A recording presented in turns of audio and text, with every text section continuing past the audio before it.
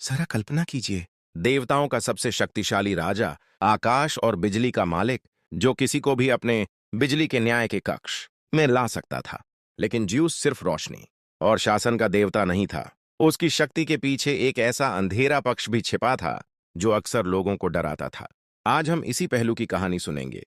Juice को अक्सर लोग केवल आकाश और बिजली का राजा समझते हैं, लेकिन उसकी शक्ति के पीछे एक अतिवादिता छिपी हुई थी। वह अपने सहयोगियों या दुश्मनों के बीच न्याय करने के लिए कभी कभी अत्यंत कठोरता दिखाता था। उदाहरण के लिए, जब मनुष्यों ने उसकी अवज्ञा की या उसकी आज्ञाकारिता में कमी की, जो तुरंत अपनी शक्ति का प्रदर्शन करता, बिजली के भयंकर हमलों और तूफानों के माध्यम से उन्हें दंडित करता। उसकी कठोरता कभी कभी इतनी भयानक होती थी कि यह देवताओं और मनुष्यों दोनों के लिए खतरा बन जाती।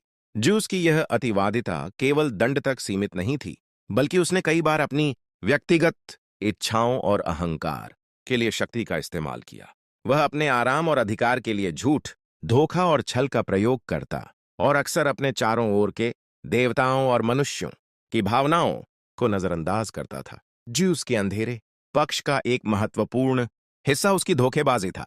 यह नहीं भूलना चाहिए कि ज्यूस ने कई बार जादुई रूप बदलकर मनुष्यों और देवताओं को धोखा दिया। वह महिलाओं, देवियों और मानव महिलाओं के साथ अपने उद्देश्यों के लिए धोखाधड़ी करता। एक प्रसिद्ध कथा में उसने मानव रूप धारण करके इलेक्ट्रा और अन्य महिलाओं की भावनाओं के साथ खेला, कभी कभी उन्हें भ्रमित करके अपनी इच्छा पूरी की। लेकिन ज्यूस की धोखेबाजी केवल प्रेम तक सीमित नहीं थी। वह अन्य देवताओं और दुश्मनों के खिलाफ भी चतुराई और चालाकियों का इस्तेमाल करता। कभी कभी उसने अपने भाइयों और टाइटन्स को धोखा देकर अपने सत्ता को मजबूत किया। यह सब दर्शाता है कि ज्यूस का चरित्र पूरी तरह से नेक या न्यायपरक नहीं था, बल्कि इसमें शक्ति का नशा और अहंकार गालिब था। ज्यूस के अंधेरे पक्ष में सबसे भयानक बात यह थी कि वह अक्सर शक्ति के नशे में आ जाता था। उसके पास जो शक्ति थी, वह मनुष्यों और देवताओं दोनों पर असर डालती। कभी कभी उसका क्रोध इतना तीव्र होता कि वह अनावश्यक रूप से देवताओं और मनुष्यों को दंडित करता। उदाहरण के लिए, कुछ कथाओं में वह तूफान और भूकंप का इस्तेमाल करके अपराधियों के शहर या गांव को नष्ट कर देता। यह शक्ति का नशा केवल क्रोध तक सीमित नहीं था, बल्कि ज्यूस अपनी इच्छा के अनुसार अपने चारों ओर की दुनिया को नियंत्रित करने के लिए इसका इस्तेमाल करता। यह विशेषता अक्सर अन्य देवताओं को भी डराती थी, क्योंकि कोई नहीं जानता था कि कब वह अपनी बिजली या जादुई शक्ति से किसी पर हमला कर देगा। ज्यूस की अंधेरी कहानी में मानव भावनाओं के साथ खेलना भी शामिल है। वह अपनी इच्छाओं के लिए मनुष्यों के दिल और भावनाओं के साथ खेलता और अक्सर उन्हें नुकसान पहुंचाता।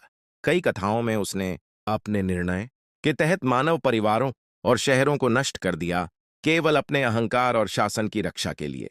यह दर्शाता है कि ज्यूस की शक्ति के पीछे केवल न्याय या शासन नहीं था, बल्कि एक ऐसा पक्ष भी मौजूद था जो खतरनाक, स्वार्थी और कभी कभी निर्दयी था। ज्यूस की यह विशेषता हमें सिखाती है कि शक्ति केवल सकारात्मक चीज नहीं होती।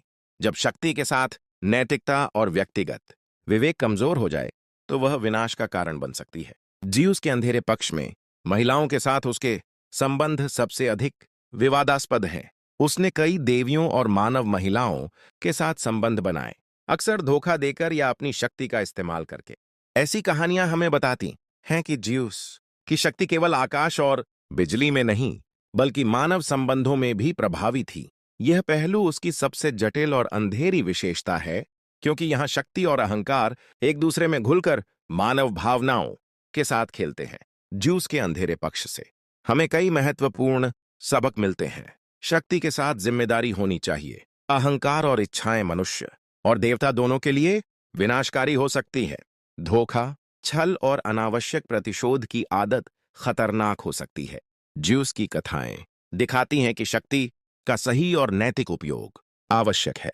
यह सबक आज भी हमारे लिए महत्वपूर्ण है, क्योंकि दुनिया में शक्ति के गलत इस्तेमाल के परिणाम हमेशा भयानक और अप्रत्याशित होते हैं। जरा सोचिए, ज्यूस आकाश और बिजली का राजा एक शक्तिशाली और शानदार देवता तो था, लेकिन उसका अंधेरा पक्ष भी दुनिया को प्रभावित करता था।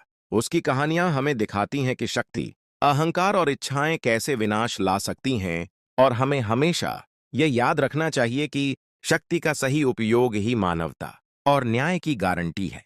यदि आपको यह वीडियो पसंद आया हो तो लाइक और सब्सक्राइब जरूर करें और कमेंट में बताएं कि आप किस देवता के अंधेरे पक्ष पर अगला वीडियो देखना चाहते हैं।